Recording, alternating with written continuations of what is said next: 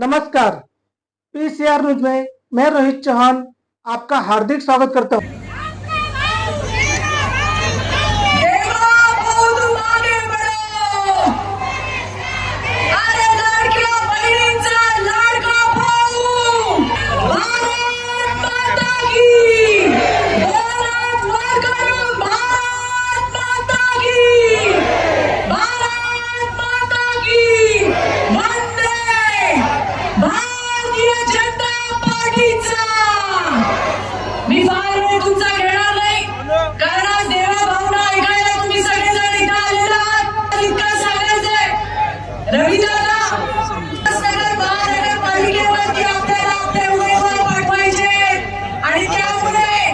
येणाऱ्या 15 तारखेला बहुमताने कमळाचं बटन दाबून त्या ठिकाणी भारतीय जनता पार्टीचे उमेदवार निवडून द्या एवढं आवाहन करतो। जय हिंद, जय महाराष्ट्र। माननीय मुख्यमंत्री श्री देवेंद्र फडणवीस जी का जी ऐसे व्यक्ति है जिनका राजनीति नहीं राष्ट्र सेवा धर्म है, जिनका हर नागरिक की तरक्की कर्म है इनका। देश ही नहीं महाराष्ट्र ही नहीं बल्कि पूरे देश में सभी बड़े प्यार से भाव कहते हैं। तो अब मैं निवेदन करना चाहूंगा माननीय श्री देवेंद्र फडणवीस जी हमारे महाराष्ट्र प्रदेश के मुख्यमंत्री जी कि जिनको सुनने के लिए आज पूरा उल्लासनगर कब से इंतजार कर रहा है और आज इसके बाद और 5 सभाएं जहां पे पहुंचना है। जटेजी साहब थोड़ा इसे हो जाइए, इधर देखिए इधर। मैं मेन पोडियम लगाने के लिए रिक्वेस्ट करूंगा, कहने on the main podium please. तो मुझे लगता है कि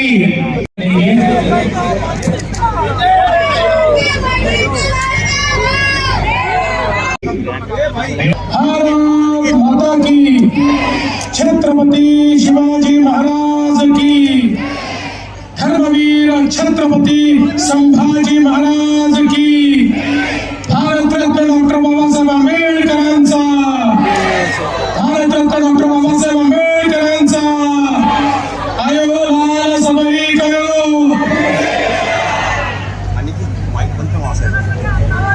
मंचावर उपस्थित भारतीय जनता पक्षाचे अध्यक्ष ज्यांच्या नेतृत्वामध्ये नगरपालिकेच्या निवडणुकीमध्ये भारतीय जनता पार्टी महाराष्ट्रात नंबर 1 चा पक्ष झाली आणि आता ज्यांच्या नेतृत्वामध्ये महानगरपालिकेतही भाजपा पहिल्या नंबरचा पक्ष होणार आहे ते आपले महाराष्ट्राचे अध्यक्ष रवींद्र चव्हाण जी, आमच्या उल्हासनगरचे लोकप्रिय आमदार कुमार ऐलानी जी, सन्माननीय आमचे आमदार किसन कथोरे जी, आमदार सुभाताई गायकवाड, माजी आमदार नरेंद्र पवार, राजेश भाई, तेजस्वीताई करंजुले, गुलाबराव करंजुले, उद्धव भाई रुचंदानी, प्रदीपजी रामचंदानी, धनंजय बुडाले, नरेंद्र राजानी, मनोहर खेमचंदानी, चरण सिंग ताक, अमर लूम या ठिकाणी मंचावर उपस्थित सर्व मान्यवर आणि मोठ्या संख्येनं उपस्थित असलेल्या माझ्या तमाम लाडक्या बहिणींनो आणि तितक्याच लाडक्या भावांनो, आज उल्हासनगरच्या निवडणुकीच्या निमित्ताने आपण सगळे या ठिकाणी एकत्रित आलो। ये चुनाव उल्लासनगर के उम्मीदवारों के भाग्य का चुनाव नहीं है, यह उल्लासनगर वासियों के भाग्य का चुनाव है। उल्लासनगर कैसा होगा, उसका अस्तित्व कैसा होगा, इसका विचार करने के लिए चुनाव 15 तारीख को संपन्न हो रहा है। ये उल्लासनगर एक बहुत ही महत्वपूर्ण ऐसा शहर है, विशेष रूप से हमारे जो सिंधी भाई जिस समय विभाजन हुआ, विभाजन की विभीषिका को सहते हुए जो हमारे भाई यहाँ आए, उन्होंने इस उल्लासनगर में उनको जगह मिली और यहाँ पर कई परेशानियों को झेलते हुए हमारे सिंधी भाइयों ने यहाँ पर अपना रैन बसेरा तैयार किया। इस उल्लासनगर में अलग अलग प्रकार के लोग रहते हैं। यहाँ पर हमारे उत्तर भारतीय भी है, हमारे मराठी लोग भी हैं, हमारा बहुत बड़ा अम्बेडकरी समाज भी यहाँ पर है। एक प्रकार से हमारे सिंधी समाज के साथ साथ एक बहुत बड़ा हमारा कल्चर यहाँ पर हमको देखने को मिलता है। और विशेष रूप से अगर हम देखें तो पिछले कई वर्षों में जिस प्रकार से एक शहर के रूप में उल्लासनगर का विकास होना चाहिए था, कुछ कारणों से वो नहीं हो पाया, ये भी हमको ध्यान में लेना होगा। 1996 में ये महानगर पालिका बनी, करीब 30 साल हो गए। 30 साल में कई महानगर पालिकाओं ने जो तरक्की की, उस प्रकार की तरक्की उल्लासनगर में हमको देखने को नहीं मिली। इसका कारण हम सभी लोग जानते हैं। उस समय की सरकारें और यहाँ की महानगर पालिका की सरकारें, इनका किस प्रकार का कार्य था ये हम सब लोगों ने देखा। लेकिन मैंने जिंदगी में एक चीज सीखी है, मैं केवल सवाल पूछने वाला आदमी नहीं हूं, मैं जवाब देने वाला आदमी हूं। केवल किसी के ऊपर उंगली उठाने वाला आदमी मैं नहीं हूं। हम क्या कर सकते हैं ये बताने वाला आदमी हूं। परिवर्तन अपने आप से शुरू करना पड़ता है। परिवर्तन की ललक, परिवर्तन की इच्छा ये अगर हो तो इस महाराष्ट्र में, इस देश में मोदी जी के नेतृत्व में 2014 के बाद जो परिवर्तन हुआ है, आप सब वो परिवर्तन देख रहे हैं। क्योंकि जब सत्ता ऐसे लोगों के हाथ में आती है जिनका मिशन ही परिवर्तन है, जिनका मिशन ही विकास है, तो फिर परिवर्तन को कोई रोक नहीं सकता। आप देखिए 70 सालों तक हमारे देश में देश की सरकार कहती थी भारत गांव में रहता है, गांव का विकास है भारत का विकास। बात तो सही थी, लेकिन उस समय सरकारें भूल गई कि भारत में शहर भी है, शहर में भी गरीब मध्यम वर्गीय, शहर में भी व्यापारी सब लोग रहते हैं, उनका भी विकास करना होगा। इस बात को सरकारें 70 साल तक भुलाती रही। 70 सालों तक शहरों के विकास की योजनाएं नहीं बनी। शहर बढ़ते गए, जनसंख्या बढ़ती गई, जिसको जहां जगह मिली वो बैठ गया, अतिक्रमण हुए, झोपड़पट्टी तैयार हुई, पीने का पानी का प्रश्न निर्माण हुआ, कचरे का प्रश्न निर्माण हुआ, महिला नालियों से बहने लगा, मच्छरों की तादाद बढ़ने लगी, मलेरिया जैसे रोग बढ़ने लगे। कहने को तो शहर, लेकिन गांव से बदतर हालत हमारे कई शहरों की हो गई। क्योंकि भारत की सरकार में ये विजन ही नहीं था कि शहरों के विकास का भी विचार करना पड़ेगा। लोग शहरों की ओर जा रहे थे क्योंकि शहरों में शिक्षा थी, शहरों में रोजगार था, शहरों में स्वास्थ्य व्यवस्थाएं थी, लोग जा जाकर बस रहे थे, लेकिन उनके लिए कोई व्यवस्था नहीं हो रही थी। देश में पहली बार 2014 में प्रधानमंत्री मोदी जी की सरकार बनी और मोदी जी ने कहा कि शहरों का भी विकास करना पड़ेगा, गांव का तो विकास करना पड़ेगा, पर शहर में रहने वाला गरीब, शहर में रहने वाला मध्यम वर्गीय, निम्न मध्यम वर्गीय, इसके भी विकास की योजनाएं तैयार करनी पड़ेगी। मोदी जी ने कहा हमारे देश का 65% जीडीपी ये शहरों में तैयार होता है। हमारे यहाँ पर रोजगार का निर्माण ये शहरों में होता है। शिक्षा और स्वास्थ्य की सेवाएं ये शहरों में मिलती है। इसलिए अगर हम शहरों का विकास करेंगे तो हमारे शहरों में बसने वाले जो गरीब है, जो मध्यम वर्गीय है, जो आम आदमी है, उसके जीवन में भी परिवर्तन होगा। और पहली बार भारत सरकार की ओर से शहरों के विकास के लिए योजनाएं तैयार हुई। स्मार्ट सिटी की योजना, अमृत शहर की योजना, स्वच्छ भारत शहरी मिशन, प्रधानमंत्री आवास योजना शहरी मिशन, ऐसी कई योजनाओं के माध्यम से पहली बार हजारों करोड़ रुपए 2014 के बाद शहरों को मिलना शुरू हुआ। हमारे महाराष्ट्र को भी 50,000 करोड़ रुपया मोदी जी ने शहरों के लिए, शहरों में इंफ्रास्ट्रक्चर तैयार करने के लिए यहाँ पर दिया। आज आप देखिए इतने बड़े पैमाने पर शहर बदल रहे हैं। कल्याण, अमरनाथ, बदलापुर, ठाणे, नई मुंबई, यह बहुत तेजी से बदलाव हुआ, लेकिन उतनी तेजी से हमारा उल्लासनगर नहीं बदल पाया। ये भी हम लोगों को समझना होगा। अब हमने यह प्रण किया है, हमारा एजेंडा उल्लासनगर है। हम बताना चाहते हैं विकास क्या होता है, उल्लासनगर के पीछे खड़ा होना चाहते हैं, उल्लासनगर को हम विकास का इंजन बनाना चाहते हैं। आज आपने देखा होगा इतने सालों में एमएमआरडीए कोई काम एमएमआर रीजन में नहीं करता था। एमएमआर रीजन में छोटे मोटे काम, वो भी कर्जे देने का काम एमएमआरडीए से होता था।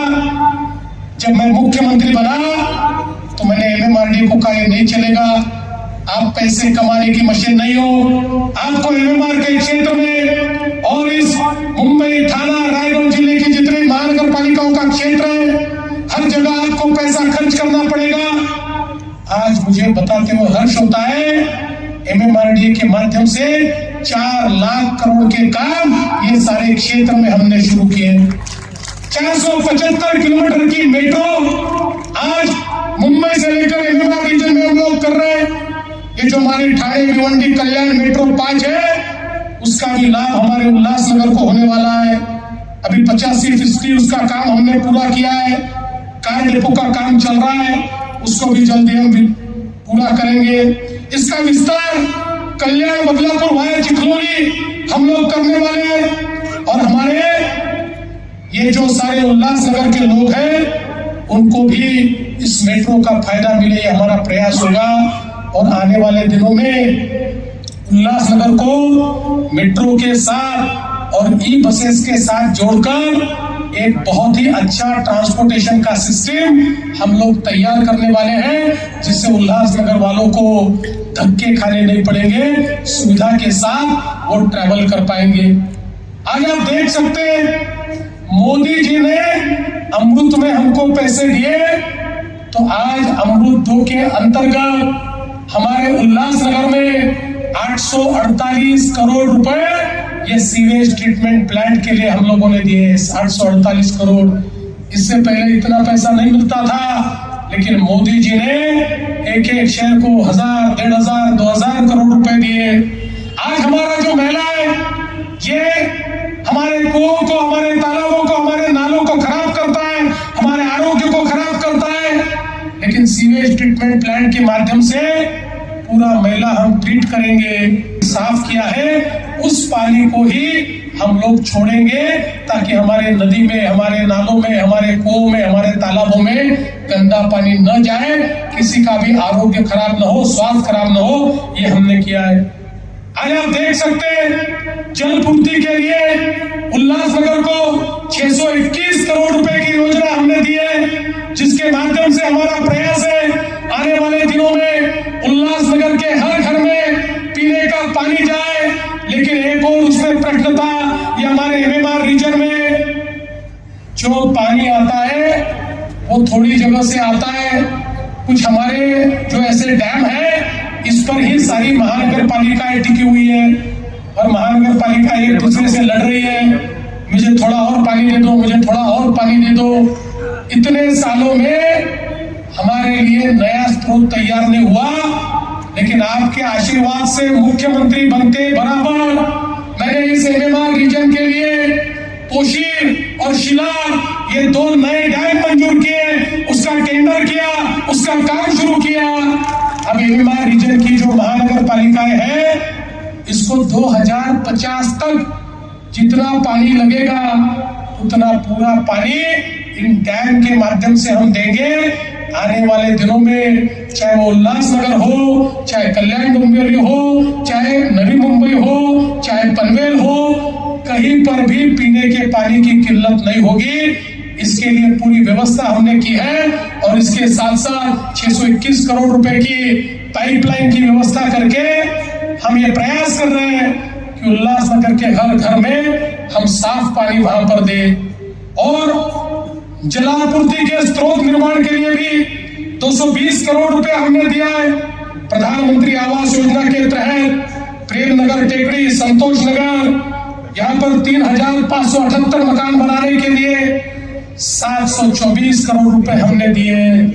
मैं तो कुमार जी आपको कहना चाहता हूं, हमारे प्रधानमंत्री जी ने प्रधानमंत्री आवास योजना के तहत महाराष्ट्र को 30 लाख मकान दिए। 30 लाख पिछले 1 साल में 30 लाख। अब हमारे उल्लासनगर में जितने जो झोपड़े में रहते हैं या गरीब है या बेघर है, इन सब के लिए आप प्रधानमंत्री आवास योजना की स्कीम तैयार कीजिए। आप जितने घर मांगेंगे उतने पूरे घर हम आपको देंगे। कोई गरीब बिना घर का नहीं रहेगा। अब मोदी जी ने उतना पैसा अपने को दिया है। आज आप देख सकते हैं उल्लासनगर, कल्याण, बदलापुर स्टेट हाईवे पर जो फ्लाईओवर है उसको 555 करोड़ रुपए हमने दिया और MMRDA के माध्यम से 8 रस्तों के कंक्रीटीकरण को 100 करोड़ रुपए हमने दिया है। मैं जब आया तो कुमार भाई मुझसे कहने लगे, ऐसा आप पहला काम कीजिए, हमारे रास्तों पर बहुत गड्ढे पड़ते हैं, हमारे रास्तों को कंक्रीट का रास्ता बनाइए। कुमार जी मैं आज ही आपको कहता हूं, आप पूरे उल्लासनगर के DP रोड के कंक्रीटीकरण का प्लान तैयार कीजिए। उसको जितना पैसा लगेगा उतना पैसा हम देंगे। उल्लासनगर को बदलकर हमको दिखाना है। आज उद्यान के लिए, गोल मैदान उद्यान में उद्यान के लिए 88 करोड़ रुपया, स्पोर्ट्स कॉम्प्लेक्स के लिए 34 करोड़ रुपया, PM E-बस के लिए 18 करोड़ रुपया, सिंधी भवन के लिए 3.61 करोड़ रुपया, नगर निगम की बिल्डिंग के लिए बड़े पैमाने पर यहाँ पर अपन ने मदद की है और उसके साथ साथ कई भवन यहाँ बनाए जा रहे हैं जिसके लिए 80 करोड़ रुपए भी यहाँ पर दिए गए हैं। हमारे उल्लासनगर में हमारी जो पुरानी बिल्डिंगें हैं जिसको अवैध करार कर दिया गया है, उसका भी एक बहुत बड़ा प्रश्न है।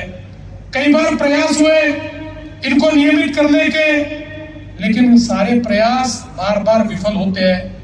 हम एक नई नीति ऐसी लाना चाहते हैं जिस नीति में नया अनऑथराइज्ड कंस्ट्रक्शन नहीं होगा और पुराने जो लोग हैं उनको हम एक प्रकार से ऐसा इंसेंटिव देंगे कि जिसके माध्यम से उनकी बिल्डिंगों को हम नियमित कर पाएंगे और उनको भी अपना आशियाना दे पाएंगे। इस प्रकार की एक नीति, एक नई नीति उल्लासनगर में लाने का प्रयास हमारे माध्यम से चल रहा है। एक उन्नत उल्लासनगर, उल्लासनगर का जो यू है वो यू उन्नत के लिए होगा।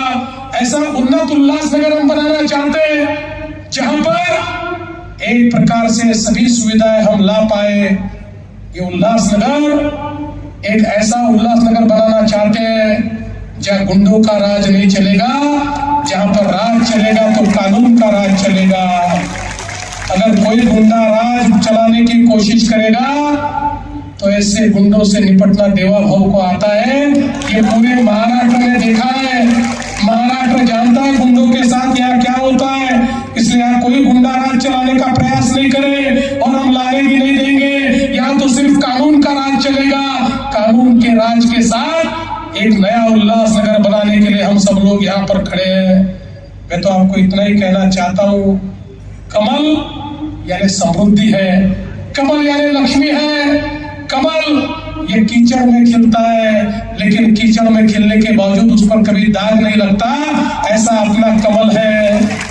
हम लोगों को यहाँ पर केवल महापौर बैठाना इतनी ही हमारी लालसा नहीं है।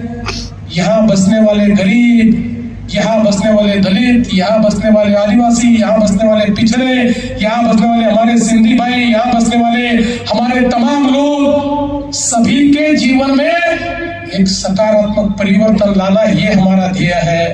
हम लोग उसके लिए काम कर रहे हैं। मोदी जी का सपना ये उल्लासनगर में यथार्थ में लाने के लिए हम लोग काम कर रहे हैं। देखिए, जिस समय 137 सीटें जब हमको मिली तो लोगों ने कहना शुरू कर दिया, आता हे भारतीय जनता पार्टी वाले इतक्या जास्त सीटा घेऊन निवडून आले की आता हे लाडकी बहीण योजना बंद करतील। 1 वर्ष झालं लाडकी बहीण योजना बंद झाली नाही। आणि माझ्या सगळ्या लाडक्या बहिणींना मी सांगतो, जोपर्यंत तुमचा देवा भाऊ मुख्यमंत्री आहे, लाडकी बहीण योजना कोणीच बंद करू शकत नाही। पण कुमारजी, माझ्या लाडक्या बहिणींना आता केवळ लाडकी बहीण ठेवू नका, आता मोदीजींनी लखपती दीदीची योजना आणली आहे।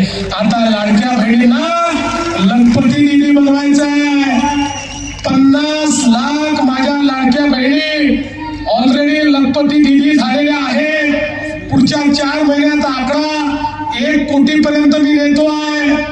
उल्हासनगर मध्येही महानगरपालिका निवडून आल्यानंतर माझ्या तमाम लाडक्या बहिणींना या ठिकाणी लखपती दीदी बनवण्याची जबाबदारी तुमच्यावर आणि या महानगरपालिकेवर मी टाकून जातो आहे। माझ्या लाडक्या बहिणींना लखपती दीदी आपल्याला बनवायचं आहे। बंधू भगिनींनो, मी या ठिकाणी एवढंच सांगण्याकरता आलो आहे, आम्ही केवळ आश्वासनं देणारे लोक नाही हो। केलेलं परिवर्तन तुमच्या नजरेसमोर आहे। उल्हासनगर मध्ये ते करून दाखवायचं आहे आणि म्हणून तुमचा आशीर्वाद हवा आहे। येत्या 15 तारखेला ज्यावेळी तुम्ही मतदान केंद्रावर जाल, त्या ठिकाणी गेल्यानंतर 4-4 वोट प्रत्येकाला द्यायचे। इकडे तिकडे पाहायचं कारण नाही, जिथे कमळ दिसेल ते बटन दाबायचं, 4 कमळ दाबायची आणि त्या ठिकाणी परत यायचं। 15 तारखेला कमळाची काळजी तुम्ही घ्या। 16 तारखेपासून 5 वर्ष तुमची काळजी